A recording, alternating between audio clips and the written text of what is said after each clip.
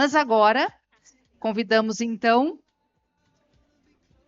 aos nossos palestrantes para virem aqui ao palco para esse grande debate, conduzido pelo senhor Antônio Macedo Filho.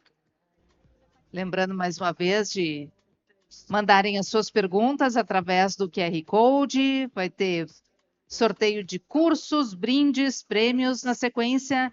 Enquanto eles se posicionam, aproveitamos novamente para agradecer aos nossos patrocinadores Master, Gerdau, Grupo K1, Capesberg, Ideli Ambientes, Bartzen, UZ Utilidades, Massa Dundum, Ortobras Elevadores, Sulgás, aos patrocinadores Benter, Ispersul, Taqui Empresas e aos apoiadores Base, PVC, Cerâmica Caspari, Ciarte, Copete, Estaque, Móveis Primavera, Scheid Esquadrias, Chuco, Veca e Tecmolde, e a Feira Construsul, ao Senai e todas as entidades de classe e universidades que apoiaram este evento. Senhor Antônio, o senhor está pronto? Pode ser, talvez. Já mandei a foto. Sim, claro. Bom debate para vocês. Podem continuar enviando as perguntas. Muito bem, pessoal. Eu já recebi aqui algumas perguntas que os colegas encaminharam já desde o início da tarde. Eu posso compartilhar já aqui com os colegas, mas antecipo que, se puserem o QR Code, acho que seria legal colocar aí. Ah, tá, o Rogério. Fala, Rogério. Tudo bem? Isso, destacamos também a Salve, Antônio, presença do tudo senhor bem? Rogério. Rogério Lima, Tudo bom, Antônio? diretamente de Portugal. Tudo bem, Obrigada, você? senhor Rogério. Eu acho que te conheço do Obrigado. IMBEC. Acho que eu te conheço do IMBEC. Exato. Você já... Eu também acho. Pois é. Tá bom. Muito bem. Eu queria começar já compartilhando uma pergunta aqui que veio da Gisele Antunes, que é engenheira civil aqui da URGS, para a Mariana, perguntando sobre a padronização dos projetos em relação à nomenclatura, como salvar os projetos para que o sistema identifique de forma adequada no Smart Docs lá, de vocês, identifique quais projetos se referem a quê, para facilitar a busca das informações. É preciso padronizar a nomenclatura dos projetos ou existe outra forma de buscar as informações no sistema de vocês lá, Mariana? Você pode compartilhar, comentar, por favor, rapidinho? Perfeito.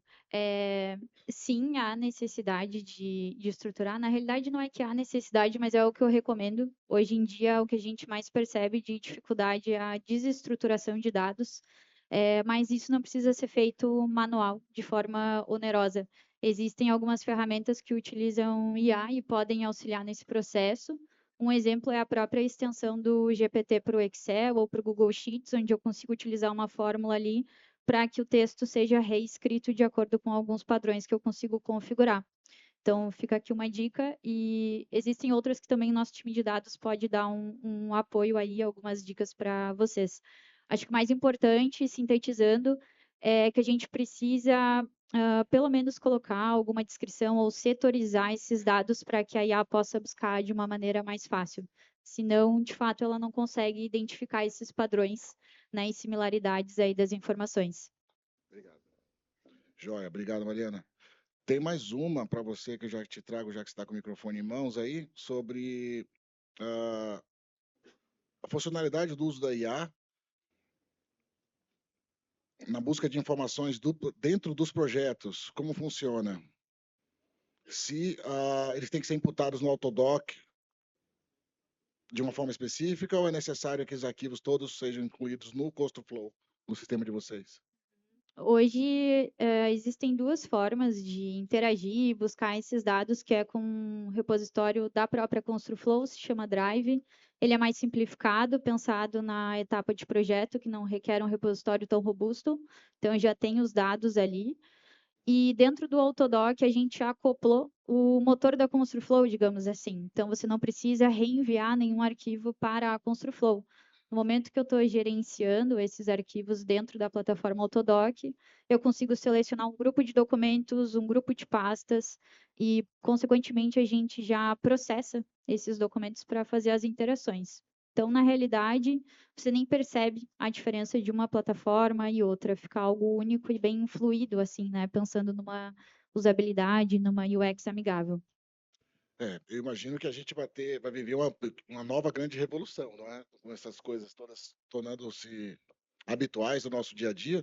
Imagina quantos desdobramentos podem ter essas soluções, né, de IA específicas para aplicações diversas, não é? Pode ir muito longe esse negócio. Cara, eu vejo fascinante, como fascinantes essas coisas. É uma coisa que a gente gosta bastante, Macedo, é de plugar. Então, para nós não faz sentido desenvolver algo que algum parceiro tenha já de forma pronta. A gente gosta de complementar as soluções e, por isso, sempre no caminho de ir integrando, para que, de fato, você consiga ter autonomia de escolher o que eu quero usar e quando, né? Eu já fiquei pensando, enquanto ela falava, como eu poderia aplicar soluções assim para gerenciar o processo de certificação. Porque os manuais de cada processo são assim, de espessos, tá? 400, 500 páginas impressas, e tem muitos detalhamentos. Quando você joga isso numa base inteligente, né, digamos assim, de gerenciamento de informações, você poderia, imagino eu, que você poderia fazer uma pergunta sobre como responder, como o projeto, esse projeto específico responde a tal assunto, e fazer uma análise, uma pré-análise do processo de certificação. Meu trabalho de consultoria vai pulsar. Foca na dor. Mas no final das contas, sempre vai ser necessária uma análise humana, né? Isso aqui é legal. Você tem o resultado, você tem o output, seja ele qual for, vai precisar. Se você não pode pegar o output e já jogar adiante, não é? Passar, você não vai pegar um projeto como aquele que o Rogério mostrou lá e jogar para a obra, né, Rogério? Daquele jeito, do jeito que sai, não dá para mandar, né? Tem que fazer uma Não, revisão. não. Pois é, vai ter sempre necessária a inteligência humana. Nós temos espaço, eu tenho outras perguntas aqui, mas temos espaço para perguntas aqui presenciais também, tá, pessoal? O pessoal está ali atrás com o microfone, se alguém quiser se manifestar aqui presencialmente, por favor, fique à vontade, basta levantar o braço e a nossa amiga, cujo nome eu não me lembro, Lícia, está disponível para ajudar vocês com o microfone, tá? Enquanto isso, eu trago para o Rogério uma pergunta. Rogério, você tá ligado aí, né? Quando Sim. surgiu o BIM, todo mundo falava que seria uma grande revolução. Deixa eu colocar os óculos, que ainda não revolucionaram esse processo aqui. Os projetistas costumavam estar à frente da inovação em relação à cadeia de fornecedores e execução de obras. Considerando os desafios atuais, como a escassez de mão de obra qualificada, por exemplo, e a necessidade de maior eficiência e redução nos custos, como você acha que a IA pode, de fato, virar esse jogo? Onde você enxerga oportunidades para transformar o canteiro de obras? Bem, tem muita coisa para ser feita e algumas delas já à nossa mão, outras ainda estão em fase de desenvolvimento. Mas, por exemplo, a gente consegue já hoje, utilizando modelos de visão computacional, acompanhar o desenvolvimento da obra e este acompanhamento ser automatizado por uma IA, percebido pela uma IA, verificado o realizado versus o planejado de forma automática. É uma coisa que pode trazer velocidade em termos de medição, em termos de controle. E se esses dados forem alimentados também no modelo de IA preditivo, a gente consegue inclusive saber ou prever, né, se haverá desvios naquilo, se há onde que há riscos, eu posso me antecipar na verificação desses riscos, diminuindo então a possibilidade de algum problema mais sério. São coisas que hoje a gente já pode fazer. Tá? É claro que a demanda e as necessidades são enormes. O aspecto que foi colocado na pergunta sobre a necessidade de mão de obra especializada, ela é também nesse meio. A gente precisa formar mais pessoas que, para além da arquitetura e da engenharia, também dominem programação, também dominem IA. Mas eu vejo com bons olhos que estamos no caminho certo. Até agora, tudo que tem saído de novidade e de inovação as empresas têm absorvido na nossa área, mais especificamente, e aos poucos têm incorporado. É claro que é um processo, não dá para ser tudo da noite para o dia, mas a gente já vem sentindo uma mudança muito favorável diante disso tudo. Muito bem, é um desafio e também uma oportunidade, não é mesmo, Rogério? Muito bem, Exato. obrigado. Tem uma pergunta do engenheiro Bruno Oliveira, que vai para a Mariana, mas ele, como se trata de industrialização para obras públicas, eu queria trazer também, expandir a pergunta para o Cassol e também para o Jonathan, porque quando se fala em industrialização, e aí eu acrescento já antecipo a minha visão pessoal a respeito, todo o processo de industrialização, de pré-fabricação, de processo na construção, tende a ser mais sustentável. Sempre que há pré-produção, que há pré-industrialização, ou que há industrialização e que há pré-produção, você tem uma tendência a diminuir resíduos, a tendência é zerar. A ideia, o objetivo é atingir a meta do resíduo zero, né? E você elimina retrabalho, né, praticamente, você tem otimização de prazos, ou reduções de prazos, de orçamento, segurança no orçamento, vários critérios, várias vantagens que são importantes para a vista de sustentabilidade. Então eu vejo com excelentes olhos, eu recomendo. O BIM também está junto, porque isso facilita o projeto. E quando você traz a integração da arquitetura com a engenharia, como bem citou também, foi o Cassol, né? É relevante, é muito importante esse assunto da integração, o nascimento da construção com essa concepção abrangente, é importante. Então, como o colega aqui perguntou, aqui sugere a resposta da Mariana, eu jogo para a Mariana a primeira pergunta, mas já solicito contribuições do Jonathan e do Cassol, por favor. Perfeito. Acho que eu vou deixar a parte da industrialização, inclusive para os colegas aqui comentarem. E o que eu posso contribuir de cases, que era a dúvida ali, né, relativa à ConstruFlow. Hoje a gente tem desde presídios, hospitais, escolas, temos o Labim aí do Rio Grande do Sul, a própria Fiergues, SPE, Saúde BH, a Prefeitura de Belo Horizonte, Minas Gerais, também utiliza ConstruFlow, então tem alguns cases bem bacanas quando a gente fala de obras públicas que a gente pode levar em consideração e que sim, acontece, funciona, dá certo, né? Não sei se você quer usar. Eu queria repetir a pergunta mais especificamente para poder ajudar. Não, ele pergunta sobre como fica a industrialização para obras públicas. Na verdade, assim, né, a industrialização, ela faz muito sentido. E ela tira aquela mística de que é mais caro quando a gente tem essa concepção, o conceptual design, né, o desenho conceitual, ele vem no nascedouro. Então, se a licitação ela é prevista para um elemento industrializado, isso tem que ser pensado lá na fase de modelagem, né, de modelo de negócio. Transformar é possível. Aquela obra que a gente colocou da PR-092 eram 100 vigas absolutamente repetitivas e tinham sido previstas para ser feita em canteiro de obra. Quer dizer, sempre com um mini canteiro ao lado de cada um dos viadutos. Como a nossa fábrica da Cassol era muito próxima, aí foi uma pré-fabricação num ambiente controlado, que trouxe um ganho muito importante de performance, mas ele não foi concebido desse jeito. É mais raro que aconteça a industrialização numa transformação de obra pública. E eu acho que os setores públicos, de uma maneira geral, né, todo mundo que licita, de uma maneira geral, também está querendo entrar na onda da industrialização. Então, isso deve virar um rebote daqui a 1, 2, talvez até 3 anos, que a gente comece a ter isso de uma maneira mais importante e também muito associado à reforma tributária, né? Basicamente, o que a reforma tributária vai fazer dentro da industrialização para as obras é reduzir ou eliminar, né, a incidência do ICMS dentro do ciclo. Então, as indústrias, tanto de concreto, de aço, o que quer que seja, eu acho que aí está a grande dica, né? Elas vão deixar de ter como gargalo a montagem, porque hoje o regime de empreitada global, ele incide o ISS desde que você preste o serviço de montagem na ponta, mas ela vai passar a ter essa isonomia tributária na fabricação. Então, o que acontece? As empresas de pré-fabricado, estrutura metálica, elas passam a ser fornecedoras de componentes ou de elementos. E aí, cara, isso vira uma chuva de industrialização.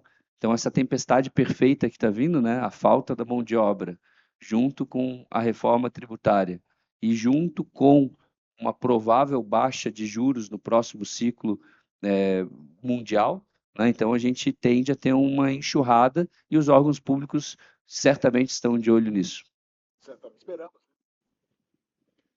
Em relação ao Brasil ao Cubo, muito interessante a pergunta. Nós nunca trabalhamos com o setor público como cliente direto.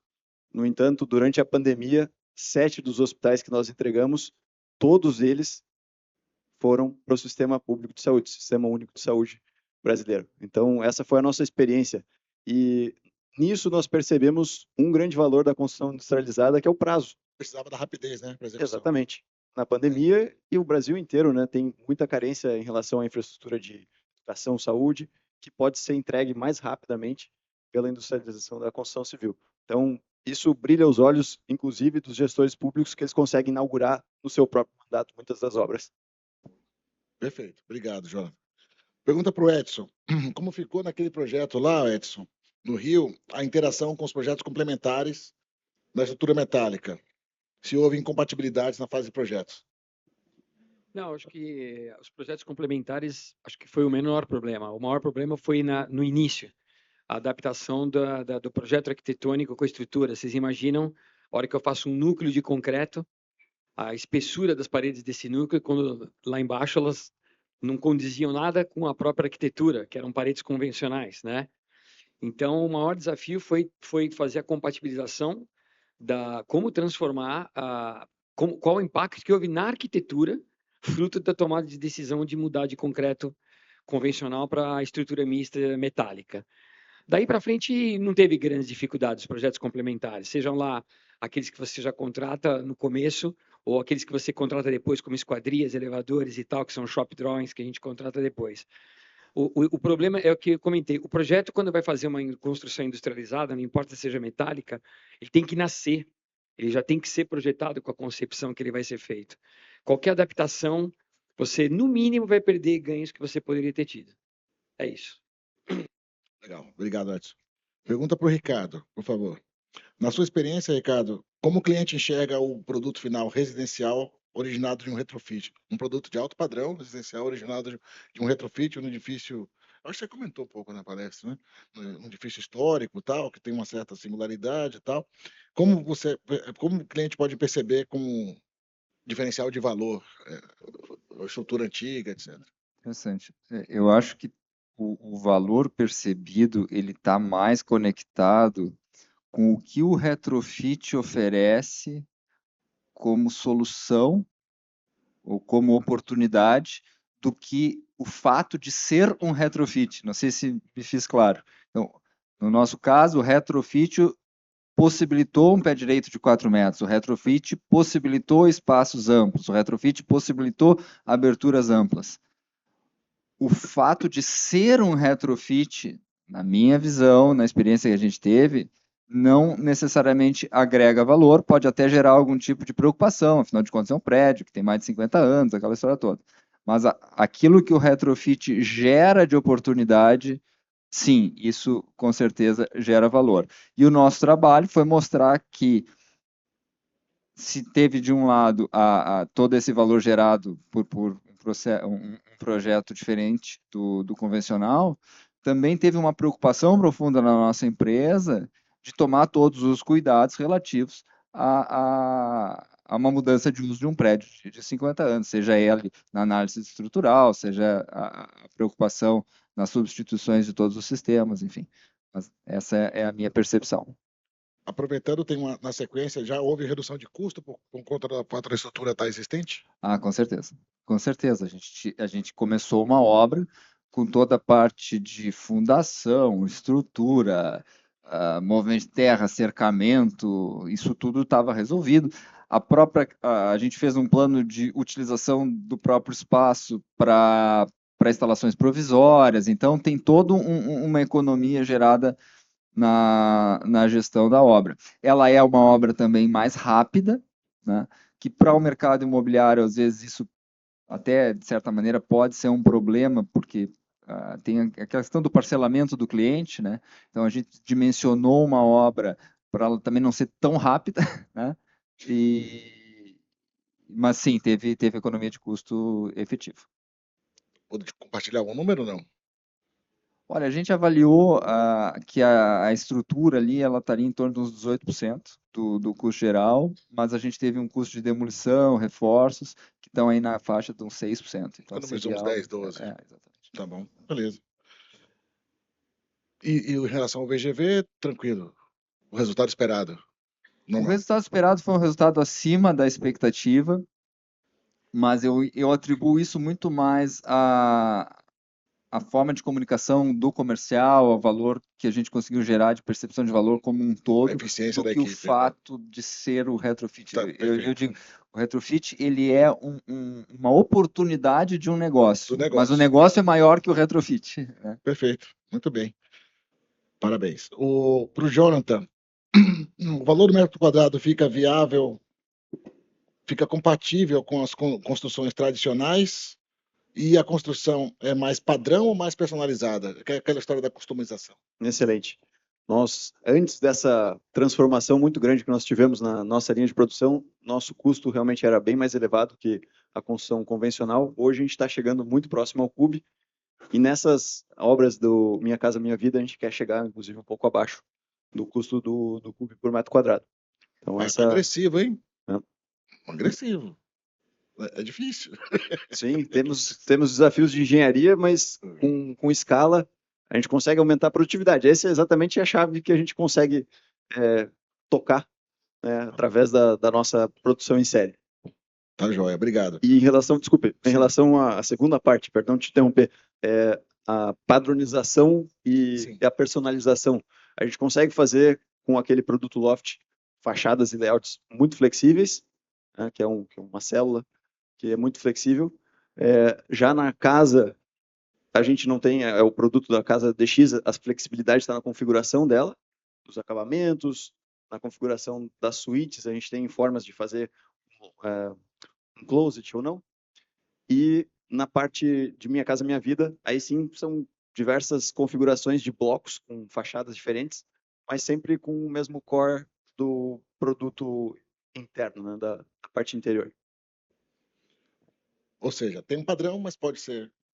Há opções. Exato. Eu tenho perguntas para mim também. Arthur, Alexandre, Teles, Muriel. Para mim, eu vou respondê-las todas juntas. Se vocês estiverem assistindo ou estiverem aqui, aguarda um pouquinho que eu já respondo as perguntas para mim. Eu estou priorizando primeiro os outros colegas e depois eu respondo as minhas, tá bem? Tem uma pessoa que pediu ali a palavra, por favor. Boa tarde a todos, eu sou o Felipe, CEO da Nós 360, nós trabalhamos com visualização arquitetônica. Minha pergunta é direcionada para ti, Jonathan, mas estendo aos demais palestrantes também.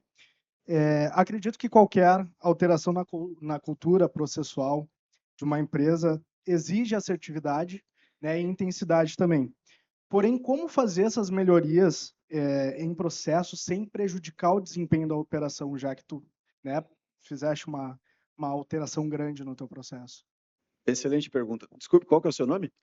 Felipe. Felipe, excelente pergunta. Nós sim paramos o processo. A fábrica ficou mais de um ano parada para fazer essa virada de chave, não só na forma, o layout da fábrica, mas também e principalmente na cabeça de cada um dos colaboradores. Então é uma virada de chave cultural também, né? E nós tivemos e nos demos o luxo, graças a termos duas verticais. Nós temos a vertical industrial, que manteve o motor rodando durante esse ano que a fábrica ficou prototipando, desenvolvendo, capacitando toda a nossa mão de obra para começar aí sim rodar com grande produtividade. A partir daí, aí sim a gente consegue capacitar uma pessoa em uma semana, a gente consegue ter um ceramista entrando sem nenhuma experiência e se tornando ceramista dentro de poucos meses, aí sim. Mas levou um ano para a gente fazer essa virada de chave. Então, esse é um ponto muito importante, realmente. Legal, obrigado. Edson, rapidinho, por favor, a gente tem pouco tempo. Você vê formas de inovar com aço nas construções tradicionais? Sim, a gente teve uma primeira experiência recente, que é o material da Gerdau, que até foi um dos motivos pelos quais eles me indicaram. Por enquanto, só uma experiência foi um edifício, que aliás é de um cliente daqui, de Porto Alegre, a Copstein, acho que muita gente deve conhecer. Ele foi empreender, está empreendendo em São Paulo, e o primeiro prédio dele em São Paulo, ele contratou a RFM para construir. Agora ele está fazendo sociedade com a gente em alguns outros prédios. E na hora que a gente se pegou no desafio de encontrar maneiras de economizar em todas as disciplinas, no caso da estrutura, o calculista, que é daqui também, o Adami, ele estava aqui até agora há pouco, mas ele teve que sair, mas o Adami, ele que nos sugeriu estudar o caso do GG70.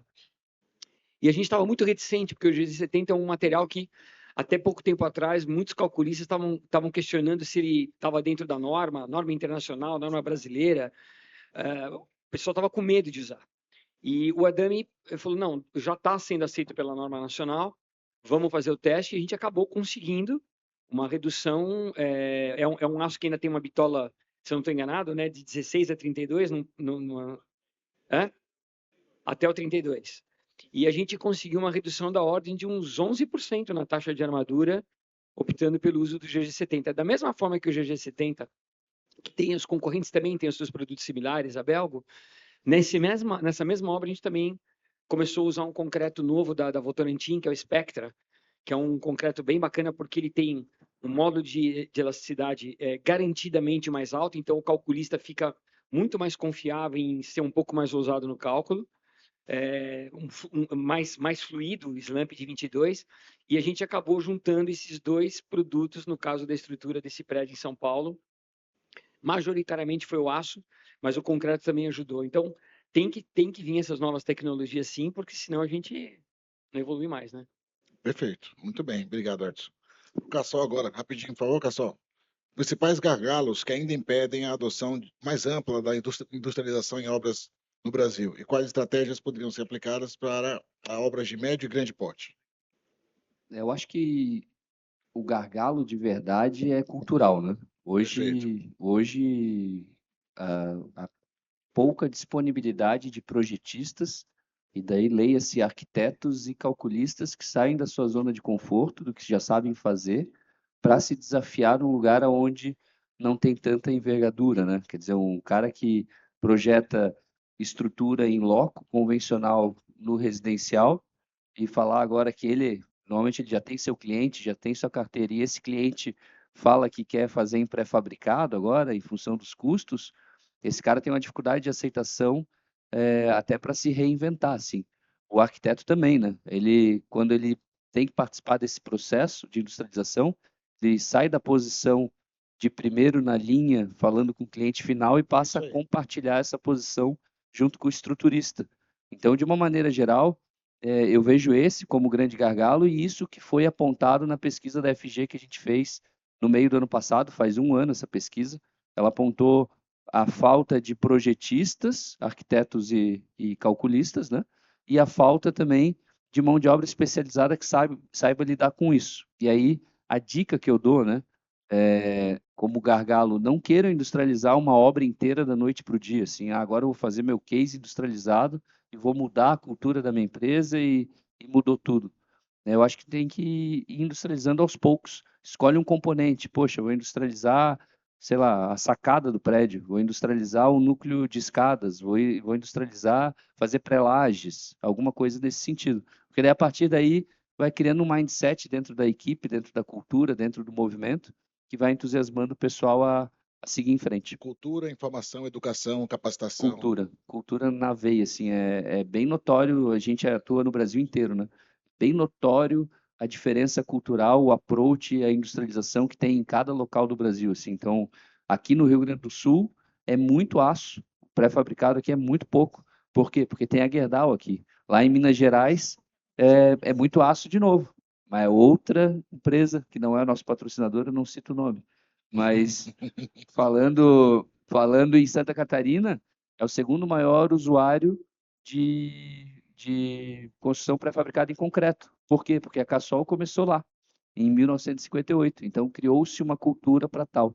Então, a cultura é fundamental e esse mindset, na minha opinião, deveria ser baby steps. A gente tentar pequeno e testar pequeno e colocando isso devagarinho nas empresas. Um passo de cada vez. Muito bem. O Arthur pergunta para mim questões das certificações se tornarem mais acessíveis para empreendimentos de menor padrão, que está ligado à pergunta do Alexandre também em relação... Não, desculpa, Alexandre, não. Do Thales, em relação a como agregar valor em projetos Minha Casa Minha Vida sem influenciar o custo da construção. E eu ainda emendo com a outra pergunta da Cristina.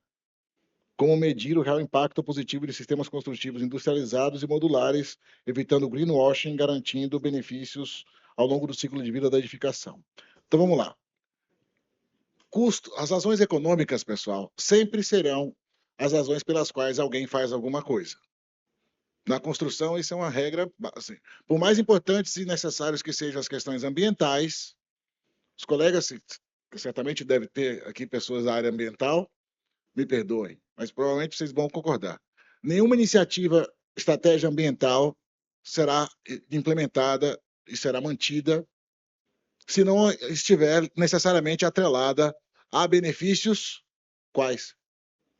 Econômicos, naturalmente. Então, a gente tem que viabilizar as coisas do ponto de vista econômico. O ambiental vem a reboque.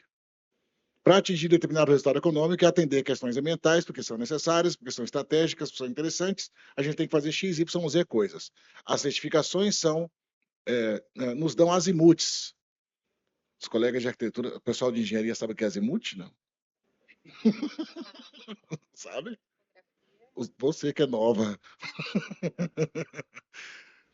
O pessoal de arquitetura lembra? Para que serve azimute, pessoal? Para identificar o quê? O norte. Lembra disso? Eu falo norte, tá, pessoal? Não é norte, não é norte, ok? Não é norte. Eu sigo o meu padrão. Uma planta sem norte é uma planta o quê? Desnorteada. Desnorteada, não é verdade? Daí que vem a expressão. Então, como é que o cara vai projetar edifício sustentável, você não sabe nem onde está o sol? Pelo amor de Deus. Não é o mínimo? Então, por que eu estou citando isso? Eu perdi o raciocínio, a linha do raciocínio. Deixa eu olhar a pergunta de novo. Foi o econômico, perfeito. O benefício. Isso. O benefício econômico. Ô, Macedo, já liberou o happy hour tá na nessa hora, tá na hein, hora do senhor? happy hour. Vamos terminar. Então, como é que você pode buscar bom resultado econômico se você está focado no social? Então, vamos focar no econômico, beleza. Como é que faz Minha Casa Minha Vida sustentável? É aquele método que eu mostrei aqui, já fiz. Eu não falo porque eu imagino fazer, falo porque eu já fiz. O método não foi criado o método para testar, para ver se experimenta. Não, o método foi amadurecendo e sendo desenvolvido ao longo dos anos na prática. Então, ele é resultado de um processo realizado. Não foi um método inventado para realizar um processo. Não, o processo foi que me induziu ao desenvolvimento do método, que parte para a identificação dos benefícios. Onde é que você vai encontrar o resultado? Porque o resultado para o cliente do Ricardo não é o mesmo do cliente Minha Casa Minha Vida da Baliza lá em Novo Hamburgo. O resultado é outro, a expectativa de entrega é outra. Então, a gente tem que focar na entrega adequada. E aí você olha para as estratégias, as soluções que serão implementadas a viabilizar aquelas estratégias apenas, e não outras. Deixemos os objetivos mais ambiciosos, seguindo o raciocínio do Gasol, one step at a time. No próximo empreendimento a gente faz melhor. Vamos fazer este próximo aqui, tais e tais itens, tais coisas. Então a gente vai fazendo o que é possível. E se a gente conseguir, dentro das estratégias possíveis, viabilizar o empreendimento e agregar valor, aí vai a comunicação. Aí a questão da comunicação, eu já tive cliente em Fortaleza, Passo Portugal, na Aldeota, bairro Nobre de Fortaleza, que o cara vendeu o empreendimento já pré-certificado no LEED Silver, porque eu cheguei no stand de vendas durante a obra, me fiz passar por um potencial cliente e perguntei ao corretor informações sobre o imóvel, e o corretor, eu perguntei, o que é esse negócio aqui, desse selo aqui? Eu perguntei como se fosse um cliente, o corretor falou, um selo de sustentabilidade. Eu falei, legal. E o que significa? O que tem esse empreendimento para ele ser sustentável? Por que tem esse selo? Ô, fulano, Me diz aqui, o que é esse negócio de LED aqui? LED. Lead, a sigla em inglês é lead, mas o cara não sabe. LED. Não sabia, ninguém sabia o que era. Ou seja, o meu trabalho estava sendo desaproveitado. Porque o cara estava me pagando para ter um selo de sustentabilidade que ele não estava vendendo. Ele não estava trabalhando a comunicação para o cliente final. Resultado, lançaram outro empreendimento do lado sem nada disso, com uns blocos de alvenaria, cada um de uma cor, cada um de uma forma, cada um de um tamanho, sobre alvenaria toda quadriculada na fachada, assim, ou seja, assim, um mínimo de controle de qualidade, e vendeu tudo, e o cara ficou com o empreendimento dele certificado lead sem vender. E vendeu, acabou vendendo. Ou seja, é questão de estratégia. Dá para fazer Minha Casa Minha Vida? Dá. Dá para fazer empreendimento econômico certificado? Dá. Já fiz. Desde que você siga aquele método. Como é que faz? Foco nos benefícios, estudo de viabilidade técnica, EVT, 3 letrinhas que salvam o negócio. Estudo de viabilidade técnica. Viu, Priscila? Vamos fazer lá para o seu novo projeto lá, em São Leopoldo. Vai ter empreendimento sustentável. Já estou esticando, já estou mandando, Priscila. Agora você vai ter que fazer. Empreendimento sustentável certificado lá em São Leopoldo, São Léo? Vai sair, a Priscila vai fazer. Eu vou ajudar. Desde que a gente comece do começo, tá bom? E a outra pergunta do colega, voltando aqui para a gente fechar, pessoal. É a última, já me soltaram aqui. Caramba. Vamos lá. Sim.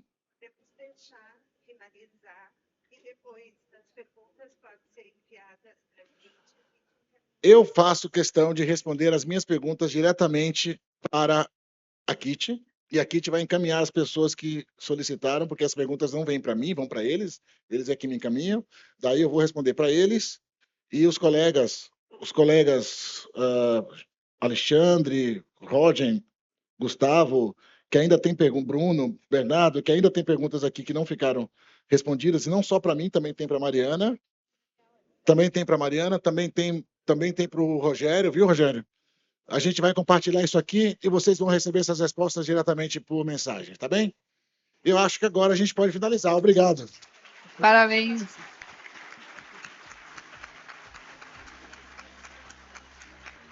Muito obrigada aos nossos palestrantes. A gente pede que fiquem aqui no palco, por gentileza, mas podem ficar em pé para que a gente faça uma foto, incluindo o seu Rogério Lima, diretamente lá de Portugal. As colegas vão orientar vocês aqui como se posicionar.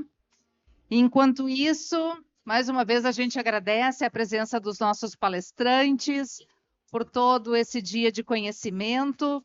Lembramos que as fotos e os vídeos do evento estarão em breves nas redes sociais e no site do seminário, @seminarioitcom. O certificado de participação no evento já pode ser baixado diretamente na plataforma do Simpla. Depois das fotos, por favor, fiquem aqui na frente para que a gente possa fazer, através da comissão do evento, a entrega das lembranças, agradecendo a participação de vocês.